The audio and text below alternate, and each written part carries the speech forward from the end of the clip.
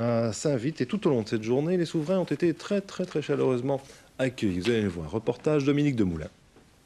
Non, cette visite royale n'avait rien d'un coup de vent et pourtant c'est ainsi qu'elle a commencé ce matin à Raronne où plusieurs centaines d'enfants avaient fait l'école buissonnière pour accueillir les souverains. Il est vrai que la plupart de ces petits germanophones vivaient une grande première. La dernière visite royale à Eupen remonte en effet à 1984. Quant à la ville de Saint-Vite, elle n'avait plus reçu les souverains depuis 1971. Tandis que la reine se rendait au siège de l'exécutif de la communauté germanophone à Eupen, le roi, accompagné notamment du vice-premier ministre Melchior Watley, visitait le siège de la société NMC à Einaten. Spécialisée dans la fabrication de produits en mousse synthétique, cette société s'est fixé un nouvel objectif, supprimer au plus vite sa consommation de CFC, autrement dit de gaz chlorofluorocarbone, responsable de la destruction de la couche d'ozone. Un programme qui a vivement intéressé le souverain, de même d'ailleurs que certains ustensiles très quotidiens. Au terme de cette visite, le roi se voyait remettre une planche de surf. Après tout, pourquoi pas, les vacances ne sont pas loin. À l'hôtel de ville de Saint-Vite, les souverains se sont ensuite retrouvés pour un dîner musical.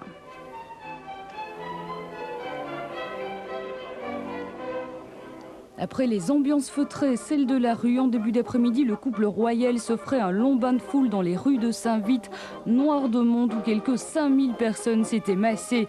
Et la journée n'était pas terminée. Une deuxième entreprise pour le roi, une chapelle d'époque gothique pour la reine. Ce n'est qu'en fin d'après-midi que les souverains ont quitté la communauté germanophone. Calendrier, un équilibrage communautaire trop pointilleux. Simplement, nos souverains ont salué les 65 000 germanophones de Belgique et redécouvert du même coup les charmes d'Eupen et de Saint-Vite, où près de 5 000 personnes les attendaient.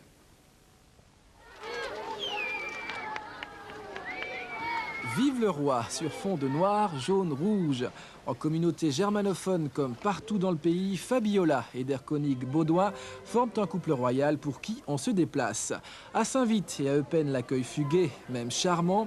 On avait mis les drapeaux aux fenêtres et petites filles et petits garçons étaient un peu tendus car ils espéraient beaucoup donner des fleurs au roi ou à la reine. Finalement, tous n'ont pas osé.